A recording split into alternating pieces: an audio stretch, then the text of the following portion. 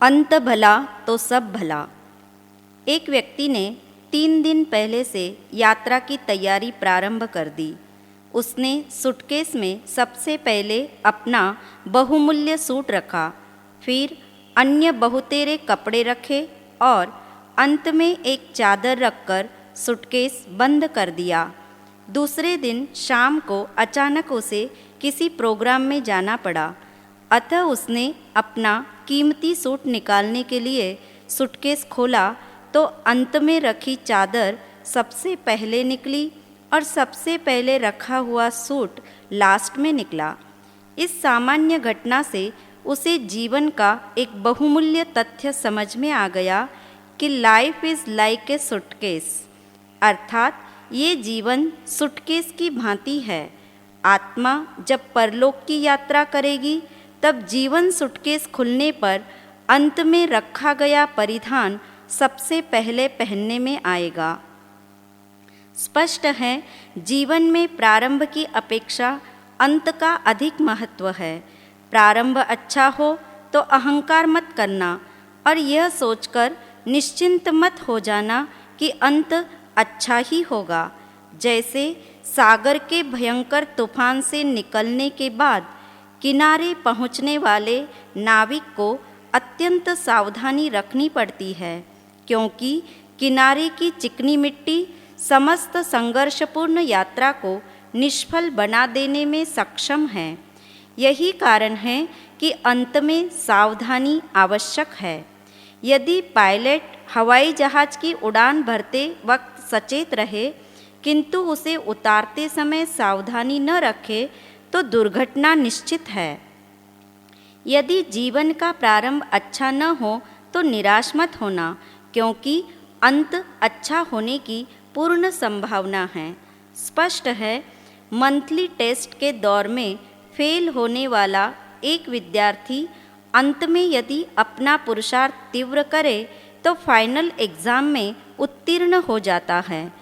एक अंग्रेजी कहावत भी हमें इस ओर प्रेरित करती है, the game is not lost till the last deal, अर्थात जब तक एक मौका भी तुम्हारे हाथ में है तब तक तुम सजग होकर हारी हुई बाजी को जीत सकते हो।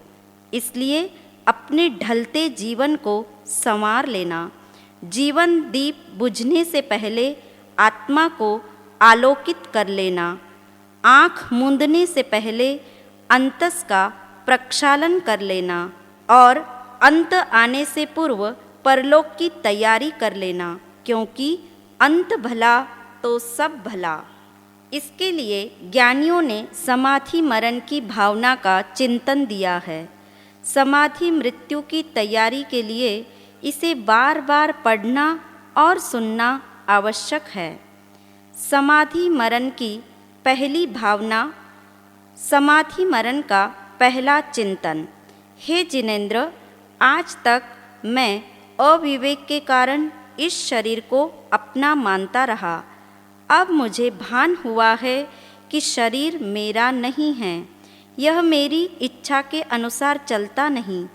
मैं कब चाहता था कि ये बूढ़ा हो जाए? मैंने कब इच्छा की थी कि मेरे सब अंगोपांग शक्तिहीन, शिथिल और जर्जरित हो जाएं? मेरी इच्छा नहीं थी कि ये शरीर नाना प्रकार के रोगों का घर बने, फिर भी यही हुआ। मेरी इच्छा न होने पर भी यह शरीर मेरे रोग रूपी शत्रु से मिल गया और उसने बुढ़ापे को भी स्वीकार कर लिया। यदि शरीर मेरा होता तो मेरे दुश्मन रोग और बुढ़ापे से क्यों मिलता? ऐसे स्वामी द्रोही शरीर को अपना मानना उचित नहीं है। चाहे यह रहे या जाए, ये शरीर मेरा नहीं है। शरीर को छोड़ना अवश्य है, लेकिन कैसे छोड़ना यह विचारणीय है। जैसे औषधि की बोतल को तोड़ देने से व्यक्ति रोग मुक्त नहीं हो जाता, इसी प्रकार शरीर को जैसे तैसे छोड़ने से आत्मा शरीर रूपी कारागृह से मुक्त नहीं हो जाती। अतः शरीर किस विधि से छोड़ा जाए, इसका विवेक रखने से जीवन समाधि युक्त होगा और मृत्यु भी समाधि पूर्वक होगी। समाधि मरण का दूसरा चिंतन। अनंत परमाणु पुद्गलों के समूह से बना मेरा शरीर देखते देखते क्षीण हो रहा है। पुद्गल की यह कैसी विचित्रता है।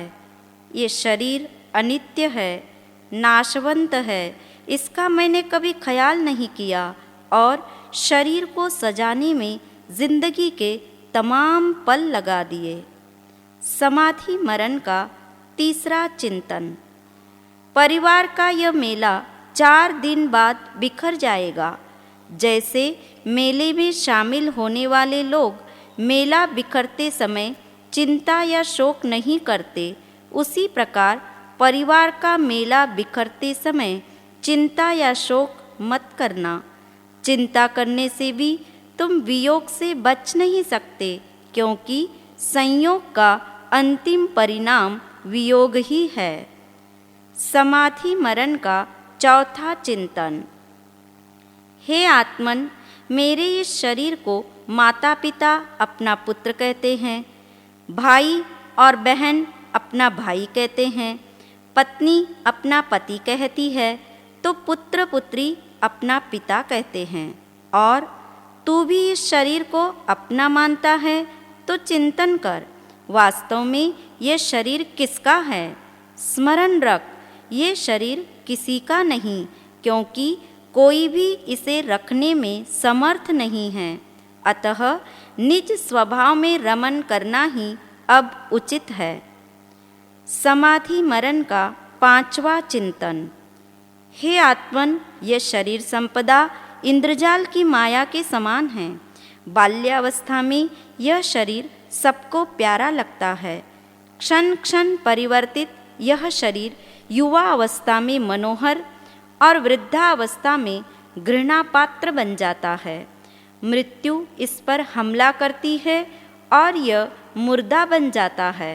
तब प्रेमी हो या स्वजन, सभी इसकी मोह ममता हटाकर इसे अग्नि में भस्म कर देते हैं। शरीर की और परिवारजनों की इस वास्तविक स्थिति को देखते हुए इनमें आसक्त होना कितने आश्चर्य और खेद की बात है। समाधि मरण का छठा चिंतन। मृत्यु आत्मा का नाश नहीं कर सकती। शरीर रूपी पुद्गल क्षण क्षण क्षीण हो रहा है, किंतु आत्मा अविनाशी है। आत्मा अग्नि से जलती नहीं, पानी से गलती नहीं, वायु इसे उड़ा नहीं सकती, तो मृत्यु का भय किस लिए। समाधि मरण का सातवां चिंतन। जैसे श्रेष्ठी पुत्र के दोनों तरफ के जेबों में मेवा भरा रहता है, वो जिधर हाथ डालता है उधर ही उसे स्वादिष्ट पदार्थ मिलते हैं। इसी तरह हे आत्मन, मेरे भी दोनों तरफ मेवा है। जब तक जीऊँगा तब तक स्वाध्याय, तप, जप, मौन और इंद्रिय संयम की आराधना करूँगा, और मौत आ गई तो स्वर्ग या मोक्ष का अधिकारी बनूँगा। समाधि मरण का आठवां चिंतन। जैसे एक व्यक्ति गरीब से अमीर बनता है तो छोटे मकान को छोड़कर भव्य महल में हर्षपूर्वक निवास करता है, उसी प्रकार मेरी आत्मा तप संयम रूपी धन से अमीर बनी है। अतः इस हाड़ मांस रक्त वाले औदारिक शरीर को छोड़कर देवता के दिव्य शरीर रूपी महल में पहुँचाने वाली मृत्यु ही है। इस कारण मृत्यु को सहायक मानकर मुझे उसका समाधि पूर्वक स्वीकार करना है। समाधि मरण का नौवां चिंतन। जैसे एक अनाज का व्यापारी माल का संचय करता है और उसे सुरक्षित रखता है। जब बाजार में तेजी आती है तब वह माल का ममत्व छोड़कर उस माल को बेचता है और लाभ अर्जित करता है। इसी प्रकार मैंने इस शरीर से तप, संयम और धर्म रूपी माल इकट्ठा किया है और उसे दुष्कृत्यों से सुरक्षित रखा है। अब मृत्यु रूपी तेजी के आने पर मुझे इस शरीर का ममत्व छोड़ना है और स्वर्ग या मोक्ष रूपी लाभ प्राप्त करना है। समाधि मरण का 10वां चिंतन। जैसे एक मजदूर को उसकी मजदूरी का फल सेठ के द्वारा मिलता है, उसी प्रकार जिंदगी भर की गई करनी का फल मृत्यु रूपी सेठ से मिलता है। इसलिए मुझे मृत्यु का आदर करना है और उसका आभार भी मानना है। समाधि मरण का 11वां चिंतन। एक राजा को किसी शत्रु राजा ने पराजित करके कारागृह में कैद कर दिया। वह उसे भूख, प्यास, ताड़ना, तर्जना आदि के दुखों से पीड़ित करने लगा। यह समाचार जब बंदी राजा के मित्र राजा को मिलता है तो वह अपना दल बल लेकर आता है और मित्र राजा को कारागृह के कष्टों से मुक्ति दिलाता है। इसी प्रकार कर्मरूपी शत्रु राजा ने आत्मा रूपी राजा को पराजित करके शरीर रूपी कारागृह में बंद कर रखा है। रोग, शोक और पराधीनता के नाना कष्टों से वह आत्मा को पीड़ित कर रहा है। इन दुखों से छुड़ाने के लिए मृत्यु रूपी मित्र राजा रोग, शोक आदि सेना सहित आया है। अतएव हे आत्मन, यह तेरा महान उपकारी है। इसी की सहायता से तुम नाना कष्टों से छुटकारा पाकर सुखी बन सकोगे। समाधि मरण का 12वां चिंतन।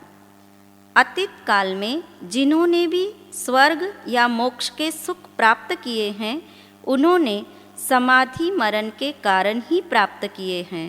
अतः हे सुखार्थी आत्मा, तुझे भी समाधि पूर्वक ही मरना है। समाधि मरण का 13वां चिंतन। कल्प वृक्ष की छाया में बैठकर मनुष्य अच्छी या बुरी जैसी इच्छा करता है वैसा ही फल पाता है। मृत्यु भी एक कल्प वृक्ष है।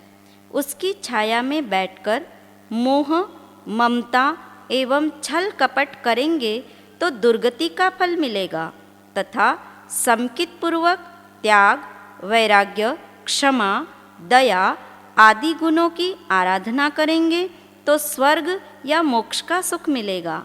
अतः मृत्यु रूपी कल्प वृक्ष के नीचे बैठकर शुभ भाव द्वारा आत्मा परम सुखी बनेगी। समाधि मरण का 14वां चिंतन। अशुचि से भरे हुए इस अपवित्र और नाशवंत औदारिक शरीर के बंधन से छुड़ाकर मुझे दिव्य शरीरी या अशरीरी बनाने वाली मृत्यु ही है। अतः मुझे उसका स्वागत करना है। समाधि मरण का 15वां चिंतन। जैसे साधु महात्मा अनेक उदाहरण और तर्क देकर शरीर का स्वरूप समझाते हैं, उसकी ममता घटाते हैं, इसी प्रकार उत्पन्न हुए रोग भी मुझे प्रत्यक्ष रूप से उपदेश दे रहे हैं। हे आत्मन, यह शरीर तेरा नहीं, अतः इसकी ममता मत करना। समाधि मरण का 16वां चिंतन। जिस शरीर को मैं प्राण प्यारा समझकर उसकी सुंदरता व कोमलता आदि गुणों पर लुब्ध और मुग्ध हो रहा था, जिस शरीर की ममता मुनिराज के उपदेश से भी छूटनी कठिन थी, किंतु आज रोग होने पर अनेक प्रकार के उपचारों से निराश होकर शरीर ने वह ममता सहज ही छुड़ा दी। सच में ये शरीर मुझे मुनिराज से भी अधिक असरकारक उपदेश देने वाला परम उपकारी मालूम होता है। समाधि मरण का 17वां चिंतन। हे आत्मन, इस शरीर को जिस रोग ने घेरा है वह कर्मों का परिणाम है, अतः उसे मिटाने में मत पड़ना, क्योंकि जब तक कर्म का उदय है तब तक कितने ही उपचार कर लो, यह रोग मिटेगा नहीं। जिनवानी रूपी औषधि का तो सच्चे दिल से सेवन कर, ताकि मृत्यु समाधि पूर्वक हो। समाधि मरण का 18वां चिंतन। जब शरीर में असाता वेदनीय कर्म का उदय हो, तब यह सोचकर प्रसन्न होना कि कर्म की निर्जरा करने का यह उत्तम अवसर है। गजसुकुमार ने जलते हुए अंगारों की महावेदना संभावपूर्वक सहन की। खंदक मुनि की चमड़ी उतारी गई। मेतार्य मुनि ने भयंकर वेदना सहन कर आत्मा का शीघ्र कल्याण किया। मेरी वेदना ऐसी असह्य और भयंकर तो नहीं है ना? ऐसा चिंतन करने से दुख की संवेदना भी कम हो जाती है। समाधि मरण का 19वां चिंतन। हे आत्मन, यह तू निश्चय समझ ले, उपार्जन किए हुए कर्मों का फल भोगे बिना छुटकारा नहीं हो सकता। अतः वृथा व्याज क्यों बढ़ा रहा है? हर पल समता भाव रख और कर्मों की निर्जरा करके हल्का हो जा। समाधि मरण का 20वां चिंतन।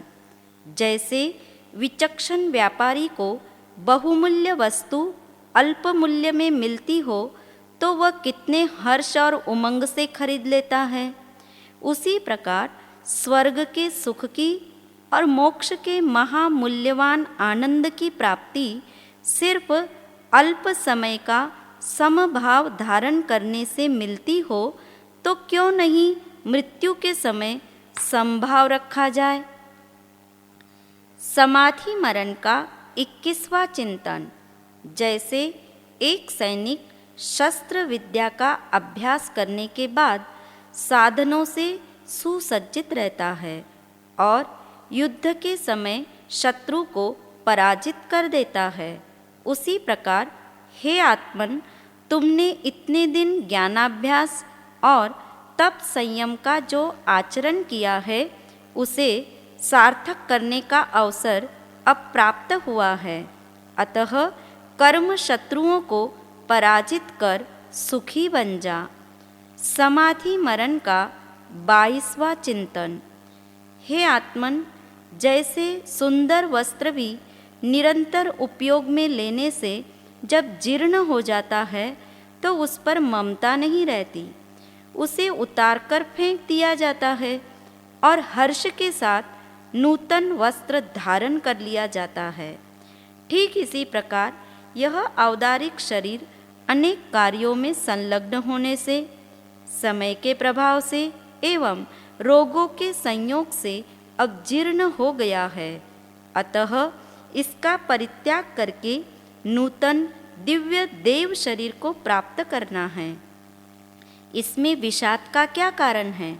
पुराना वस्त्र उतारकर ही नया धारण किया जाता है, फिर जीर्ण शीर्ण शरीर का त्याग करने में भय किस बात का?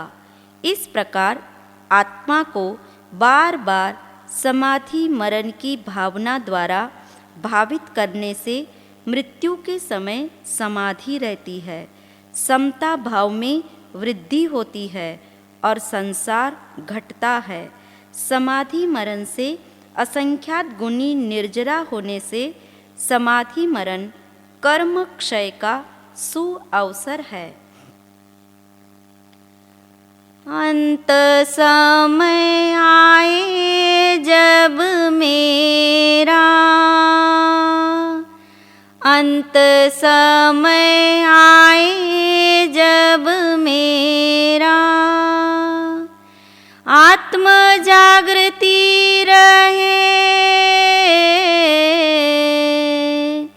आत्म जागृति रहे, रग रग में प्रभु नाम तेरा। अंत समय आए जब मेरा, अंत समय आए जब मेरा, घड़ी पल का नहीं है भरोसा, घड़ी पल का नहीं है भरोसा। कब आ जाएगा, कब आ जाएगा कौन जाने वो अंतिम बुलावा। अंत समय आए जब मेरा, अंत समय आए जब मेरा। करूं आलोचना अपराध की, करूं आलोचना अपराध की। गुरु शरण मिले, गुरु शरण मिले पार हो जाए मेरा भी बेड़ा। अंत समय आए जब मेरा, अंत समय आए जब मेरा। मेरे तेरे में उलझा रहा मन, मेरे तेरे में उलझा रहा मन। नहीं किया कभी, नहीं किया कभी अंतर्भावों से आत्म चिंतन। अंत समय आए जब मेरा, अंत समय आए जब मेरा। सभी जीवों से कर लूं क्षमापना, सभी जीवों से कर लूं क्षमापना। वैर भाव नहीं, वैर भाव नहीं, शुभ मैत्री की मंगल कामना। अंत समय आए जब मेरा, अंत समय आए जब मेरा। ज्ञान निधि का रग रग में डेरा, ज्ञान निधि का रग रग में डेरा। ऐसी कृपा करो, ऐसी कृपा करो समाधि से मरण हो मेरा। अंत समय आए जब मेरा, अंत समय आए जब मेरा। आत्म जागृति रहे, आत्म जागृति रहे रग रग में प्रभु नाम तेरा। अंत समय आए जब मेरा, अंत समय आए जब मेरा।